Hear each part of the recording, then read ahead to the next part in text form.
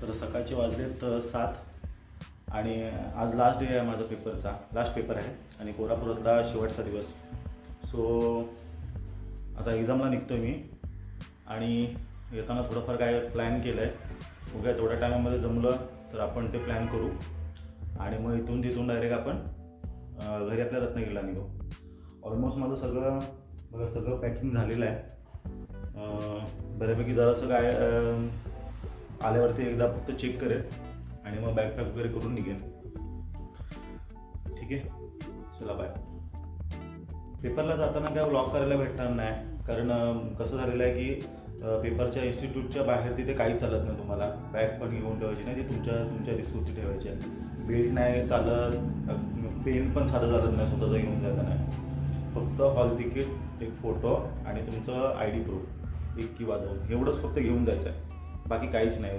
रुमाल मेटलचे वगैरे काही गोष्टी असतील त्या सगळ्या बाहेर ठेवायच्या आणि ह्या सगळ्या तुमच्या रिस्कवरती ठेवायच्या. त्यामुळे आपण काही जास्त सामान घेऊन जाणार नाही, नाही का व्लॉग वगैरे करता येणार नाही तिथला. हां, थोडाफार 1-2 व्हिडिओ होतील, पण बाकी आपण ह्याच्यामध्ये ज्यावेळी बाहेर फिरू त्यावेळी आपण व्हिडिओ बनवू. ठीक आहे, चलो.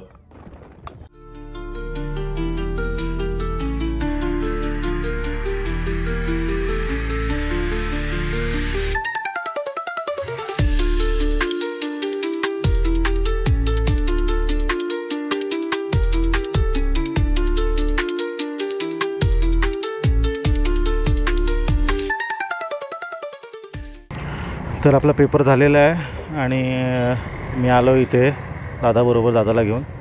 त्याला टायर पाहिजे होता MRFचा कोल्हापूरमध्ये, मग त्याच्यासोबत आलो आहे. आता विचार करतो इथे जरा कोल्हापूरमध्ये फिरेन, नाश्ता करेन आणि दुपारी जेवण करून निघेन. आलो इथे हे बागल चौकामध्ये, पण टायरची कॉस्ट भरपूर जाते. बघूया आता काय म्हणतोय तो, मग इथूनच नाश्ता करून मग पुढे निघू.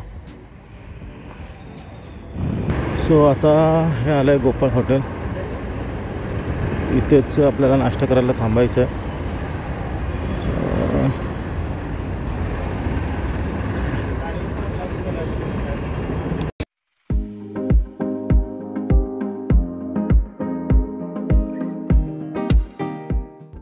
तो नाश्ता हो गया. आता निघतोय आपण. वाजलेत बरोबर 12:15. इथूनच जवळ आहे, 2-2.5 किलोमीटर. बघूया, चला.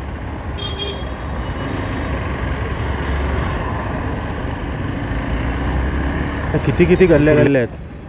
मॅप लावून पण समजत नाही आहे कुठून जायचं आहे ते. ओके, बहुतेक आलो आहे आपण, कारण गेट तर दिसतो इथे. नाही हा गेट काहीतरी वेगळाच आहे.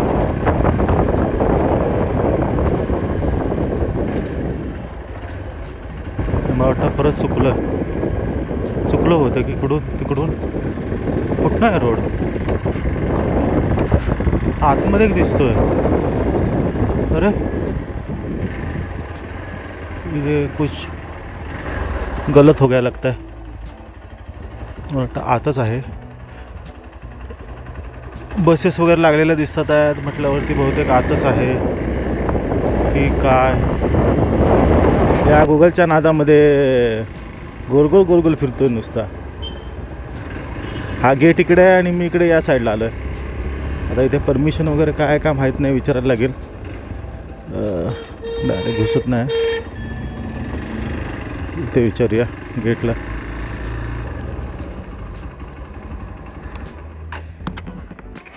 किती रुपये तिकीट आहे आता?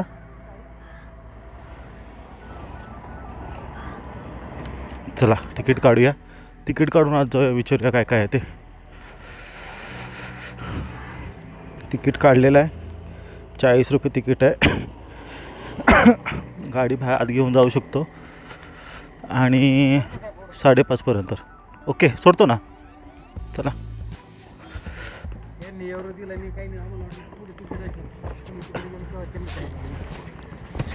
होय काय? हां चला.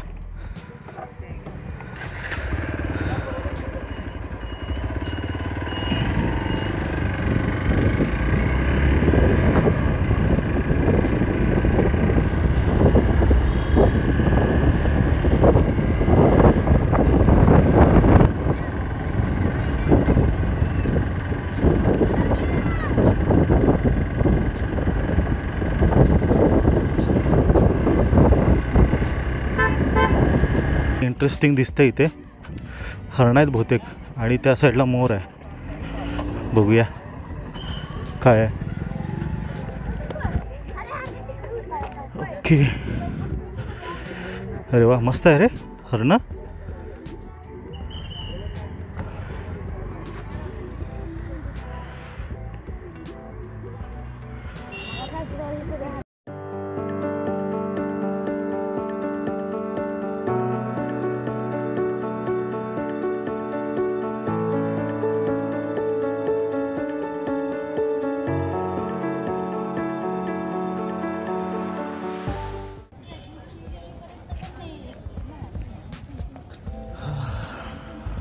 चला एंट्री करतोय आपण इथे आतमध्ये.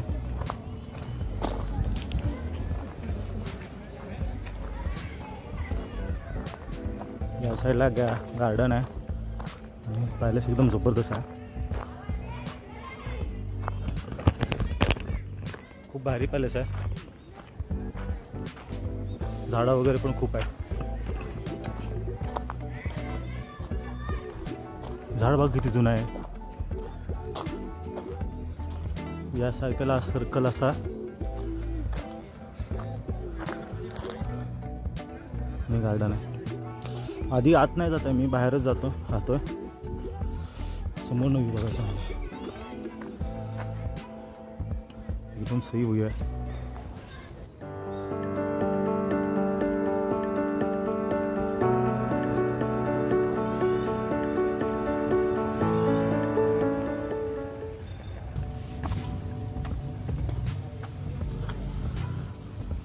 बरंच मोठं ग्राउंड आहे.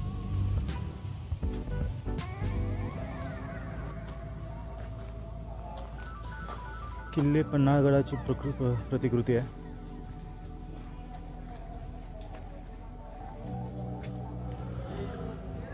कसलं मोठं आहे बघा पॅलेस. एकदम काळ्या दगडाचं एकदम बांधकाम केलेलं आहे. त्यावेळीचे लोक कसली जबरदस्त काम करायचे.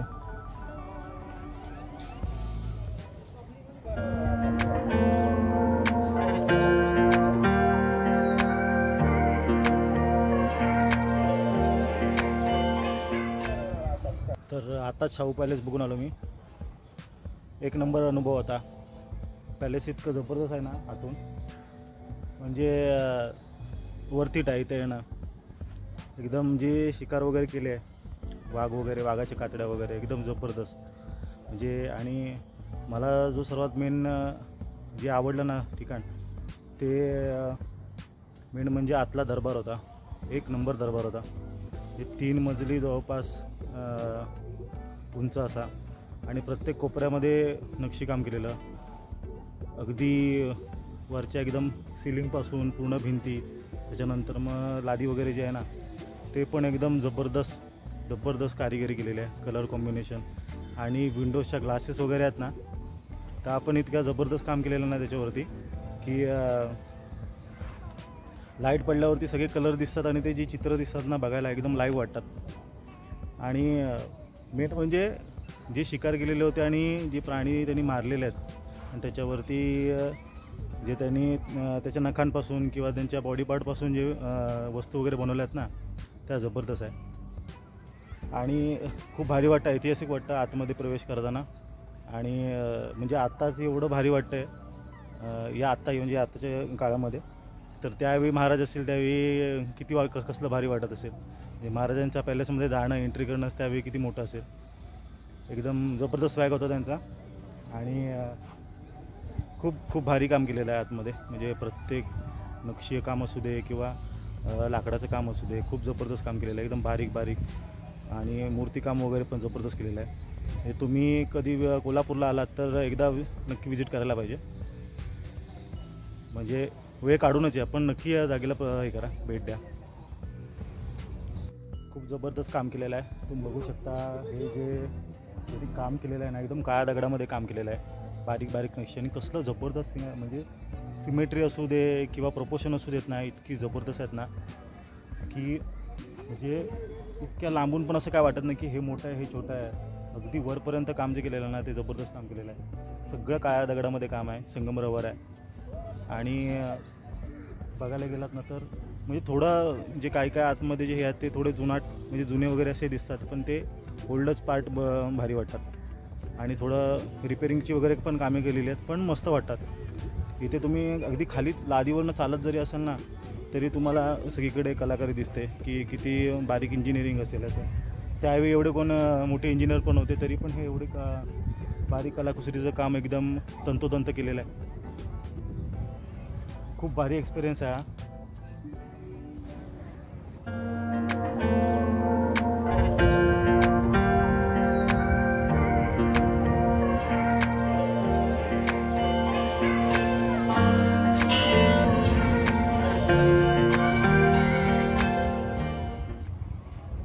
बघूया, आपल्याला वेळ भेटलेला आहे आणि परत आपण आता परतीच्या प्रवासाला लागतो आहे. परत रत्नागिरीला रिटर्न जायचं आहे. अजून एक ठिकाण बघण्याचा विचार करतो आहे मी. बघूया तिथे जायला मिळते काय तेवढ्याच्यामध्ये. पण बाकी सगळी कोल्हापुरामधली ठिकाणं भेटणार नाहीत फिरायला, पण नेक्स्ट टाईम नक्की येईल, एक 2 दिवस काढून वगैरे. जेवढी कोल्हापुरातली जी ठिकाणं आहेत ना ती सगळी फिरायची आहेत आपल्याला. मध्ये कॅमेरा मोबाईल काय शूटिंग वगैरे हे नाही, अलाउड नाही, आणि ते खूप चांगलं आहे.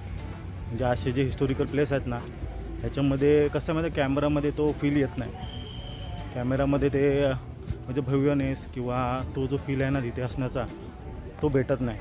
त्यामुळे रिॲलिटीमध्ये विजिट करायचं वन्स इन अ लाईफ.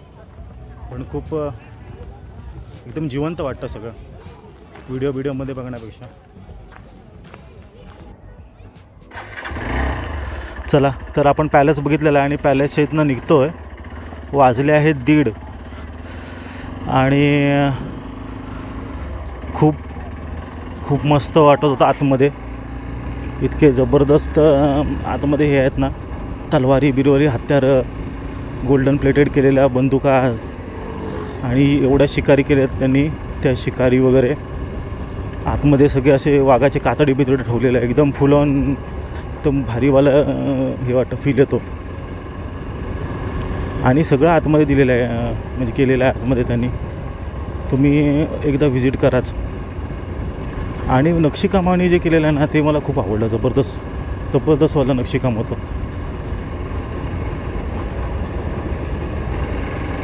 म्हणजे इथे गेलो हे खूप बरं वाटलं मला, की बरेच दिवस मी आईच्या गावात बिटल.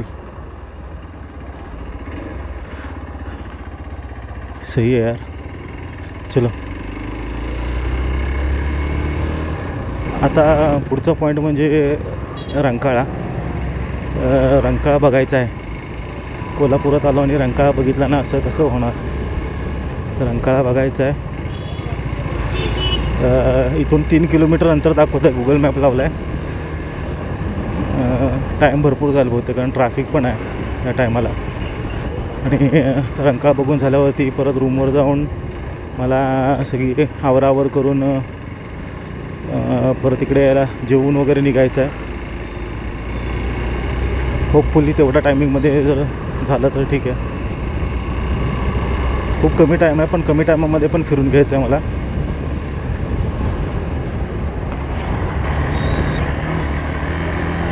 कोल्हापुरी चप्पलांचे दुकानं बघा कसले आहेत. ती सगळीकडे कोल्हापुरी चप्पल, सगळीकडे कोल्हापुरी चप्पल. जबरदस्त. जेवढी दुकानं नाव बघताय ना प्रत्येकाच्या दुकानाच्या बाहेर फक्त कोल्हापुरी. हे फक्त काय ते नवीन आहे. जबरदस्त केले आहे. मला वाटतं हे इकडून महालक्ष्मी टेम्पल पण इकडूनच कुठून तरी आहे बहुतेक. मला आठवत नाही, एकदाच आलो होतो मी. या गल्ल्यामध्ये हे काय आहे, ऊस आहे की गवत आहे? ऊसाचं आहे बहुतेक. त्याच्यामुळे एवढं ट्रॅफिक होतं ना. पुढे बघायला तुम्ही गाड्याच नाहीत, पण ट्रॅफिक बघा कसलं जबरदस्त होतं ते. काहीच करू शकत नाही. हे काहीतरी दिसतं इथे, विचारू इथं इथंच काहीतरी रंकाळ्याची एंट्री आहे बहुतेक. तर रंकाळ्याला पण गाडी कुठे लावायची? ओके, इथं पुढे आहे. मला माहिती आहे दुपारी रंकाळ्याला काय तेवढी मजा येणार नाही, पण पर्याय पण नाही आहे दुपारी जाण्यापेक्षा, दुपारी जाण्याशिवाय.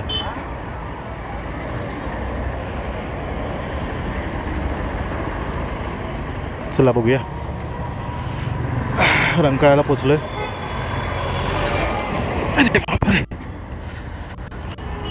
हे लहान पोरांच्या घसरगुंडीसाठी केलेलं आहे. ओके,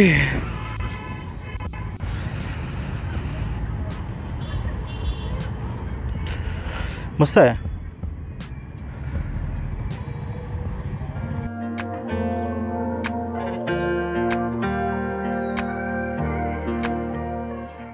चलो रंकाळ्यामध्ये पण पार्किंग आणि पुढे ना बोटिंगचं एक पुढे आहे काहीतरी, तिथे बघून या फक्त काय आहे ते. एंट्री कुठं आहे काय माहीत नाही.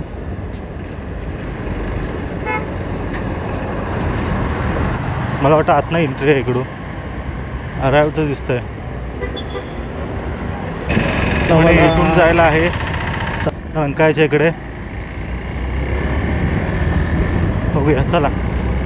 तरी ते उद्यानात आलो, इथल्या फिरून आलो.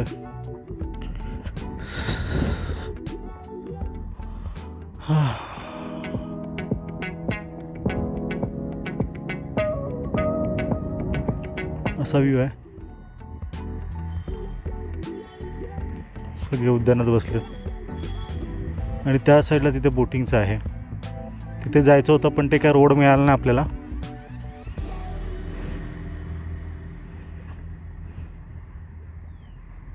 चांगलं आहे. आता निघतोय आपण रंकाळ्यावरून. आता आणि आता डायरेक्ट आपण रूमवर जाऊन घरी जाणार आहोत.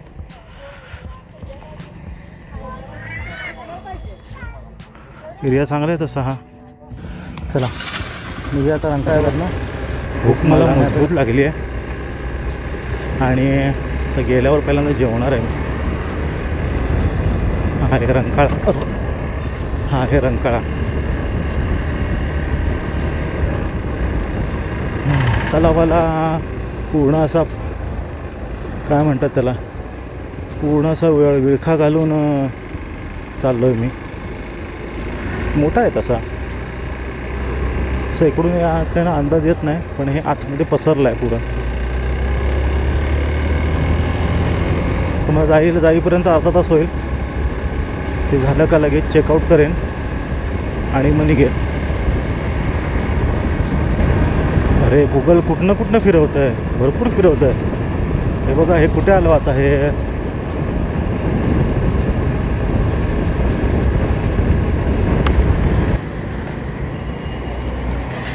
हाय ग, इथून राईट साईडला जायचं आहे. मस्त टँक आणि विमानाचं हे लावलं आहे, स्केलेटन लावलेत. ॲक्च्युली गुगलने बरोबर आणलं आहे मला. म्हणजे 15 मिनटातच आलो आहे मी, पण ते 15 मिनटं पण अशी एकदम ह्याच्यासारखी वाटत आहेत, तासभर झाल्यासारखी. की अरे एवढा टाईम लागतो हे, एवढ्या गल्ल्यातनं आणलं आणि फिरवून कुठले शॉर्टकट इथे कुठले शोधून काढला ना त्याने, पण व्यवस्थित आणला नाही ते ह्याच रोडला. दुपारचे वाजत आहे 2:17 आणि मी पोचलो आहे बरोबर जेवायच्या पॉईंटवरती, हॉटेल आनंद. चला जेवूया. चला, रूम सोडायची वेळ आलेली आहे. बऱ्यापैकी सगळं पॅकिंग केलं आहे, आवरलं आहे.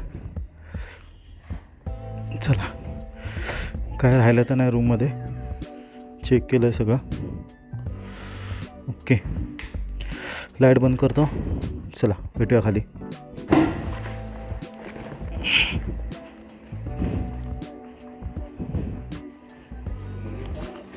चला चावी धरा. रूम हो चेकआउट करतो. हो जा रहा हूँ, शुक्रिया. चला लगेज लावलं आहे, मॅप पण सेट केला आहे. निघूया. वाजतात आहेत 3:25. चला निघूया. हे हॉटेल होतं. 3:30 झालेत. निघूया. हे एक्झाममध्ये 4 दिवस कसे गेले, एकदम फटाफट गेले, लगेच गेले, समजलंच नाही. आणि एक्झाम तशा हार्डच होत्या. जेवढं झालं आहे तेवढ्या एक्झामचं स्टडी केला होता मी. फायनली कसा बसा या हिरोच्या मॅपमधनं कुठनं फिरून 4-5 किलोमीटर जास्त करून कवाईना पण आलो शेवटी एकदाच मेन रोडवरती. आहे ग, एवढा फिरलो आहे ना या मॅपच्या नादात. कुठे फ्लायओव्हरच्या खालनं नुसतं जिथनं चुकलो आहे तिथनं गोल फिरवलं नाही. आता काय मॅपची गरज नाही, आता हा रोड माहिती आहे आपल्याला, सरळ जायचं आहे.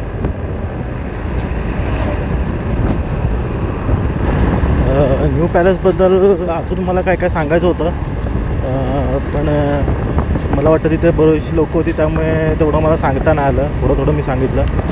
पण ॲक्च्युली शाहू पॅलेस आतनं खूप भारी होतं. म्हणजे खूप एक्सायटेड झालो होतो मी बघायला. आतमध्ये गेल्यावरती आहे ना, एंट्री केल्याच तिथे एक वेगळाच फील येत होता.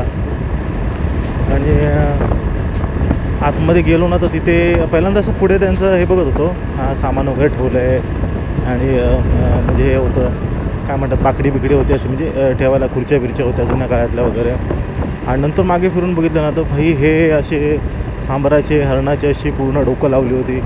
आपण रिअलवाले होते, प्रत्येकाच्या मानेचे खाली दिलं होतं की त्याची शिकार कुठे केली. आणि सगळी वाघाची चमडी, अस्वलाची चमडी, त्याच्यानंतर किती शिकारीचे हे होते. आणि एक रूम आहे त्याच्यामध्ये फक्त शिकार केलेल्यांचे डोकं लावलेले आहेत. आणि वेगवेगळे प्राणी आहेत, एवढे वेगवेगळे पक्षी आहेत. आणि एका रूममध्ये तर पूर्ण हत्यारच आहेत सगळी. म्हणजे बोललो मी तुम्हाला बघा, असं सोन्याचा मुलामा केलेले बंदुकी वगैरे जुनावाल्या, म्हणजे त्या हेराफेरीमध्ये ज्या एक्सपेन्सिव्ह शेवटला विकतात ना 3 बंदुका, तशा टाईपमध्ये एकदम लॉंग, एकदम म्हणजे जेवढा त्यावेळी शक्य होत्या तशा, म्हणजे मॉडर्नवाल्या वगैरे पण अशा ठेवलेल्या आहेत. तलवारी वगैरे ठेवलेल्या आहेत, वेगवेगळ्या देशातल्या पण तलवारी आहेत, वेगवेगळ्या पद्धतीच्या भाला तलवारी. आणि वाघनखं वगैरे किंवा जे डुकराचे दात वगैरे आहेत ना त्याच्यापासून जे बनवलं आहे ना ते जबरदस्तच आहे. जे डुकराला बघून असं वाटत नाही ह्याचे एवढे हे असतील दात वगैरे एवढे असे असतील, कारण आपण लांबनं बघतो ना, पण रिअलमध्ये जेव्हा एकदम जवळनं बघितलं ना ते समजतं. असे एवढे मोठे त्याचे सोळे आहेत. आणि गेंड्याचे, परत वाघाच्या पंजा पण पूर्ण ठेवलेला आहे त्याच्यात. त्याचं काहीतरी शोभेची वस्तू बनवली आहे, एकदम जबरदस्त. पण मला पर्सनली जे जास्त पॉईंट आवडला ना तो होता दरबाराचा. मी तुम्हाला बोललो आहे व्हिडिओमध्ये, कारण दरबारामध्ये गेल्यावरती असली भयानक फिलिंग येते ना. अशा दोन्ही साईडला खुर्च्यामध्ये असं राजसिंहासन, सेम त्या ह्याच्यासारखं, म्हणजे कोणता तो मंजुलिकाचा पिक्चर बुलबुलैया त्याच्यामध्ये जसं दाखवलेलं आहे तसं फुल ऑन, म्हणजे वरच्या साईडनं असं बघायला, खाली असं पूर्ण हॉलमध्ये बसलेले सगळेजणं. एकदम भारी ऑरा असेल तिथे गेल्यावरती. म्हणजे ज्यावेळी दरबार भरत असेल ना त्यावेळी काय भारी वाटत असेल, एकदम वेगळाच ऑरा, एकदम मस्त. आणि फक्त ते वरतीच नाही काम केलेलं, अगदी सिलिंगला, त्याच्यानंतर जे पिलर्स आहेत त्याच्यावरती काम केलेलं आहे, खाली लादीवरती काम केलेलं आहे. आणि जे मेन म्हणजे हे आहेत ना, खिडक्या आहेत ना, त्या खिडक्यांवरती पण असे कलरफुल ग्लासेस कट करून लावले आहेत ह्युमन शेपमध्ये वगैरे. त्यामुळे लाईट पडल्यावरती आहे ना इतकं मस्त वाटतं ना बघायला. वरती वगैरे असं सोडत नाहीत बहुतेक, वरती बॅन आहे, पण जेवढे ठराविक लोकांसाठी बघण्यासाठी केलं आहे ना तेवढंच त्यांनी ओपन केलं आहे. पण जबरदस्त हे असेल आतमध्ये पूर्ण महाल. कारण महालामध्ये गेल्यावरती एवढं असं प्रशस्त वाटतं ना की त्यावेळी जर सगळी माणसं एवढे पहारेदार वगैरे सगळे असतील ना खूप जबरदस्त वाटत असेल. तर वाजतात आहेत 4:42 आणि आत्ता बांबवडे सोडलं आहे मी. मधी एक पाण्यासाठी ब्रेक घेईन आणि मग पुढे कंटिन्यू करेन.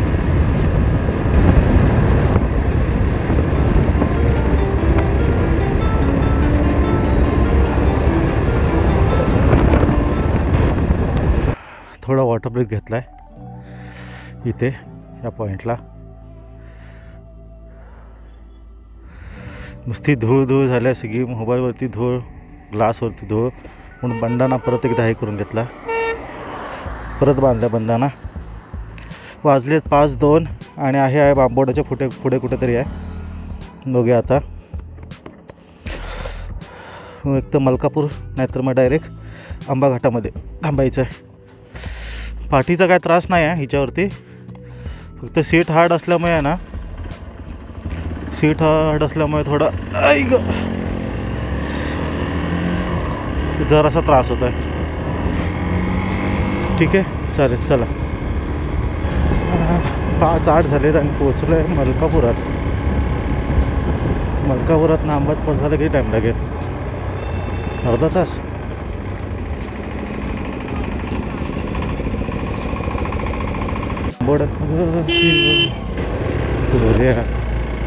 बघितलं कसा आडवा आला तो, ऐसे लोक होते. मलकापुरात ना आंबा 18 किलोमीटर आहे. मला वाटतं पाऊण तास लागेल पोचायला. बघूया, सावकाश जायचं आपल्याला. हो दे टाईम किती पण.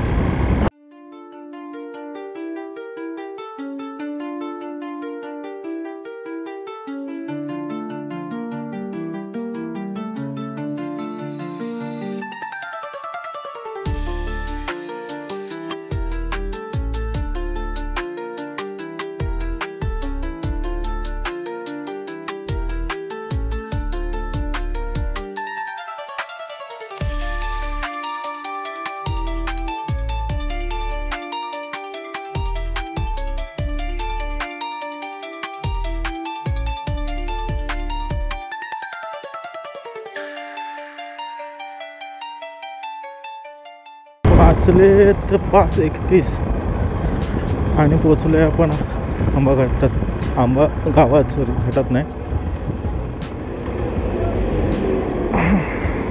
ट्रॅफिक लागलं आहे. काय जायला चान्स आहे. सगळीच्या गाड्या आहेत बहुतेक या.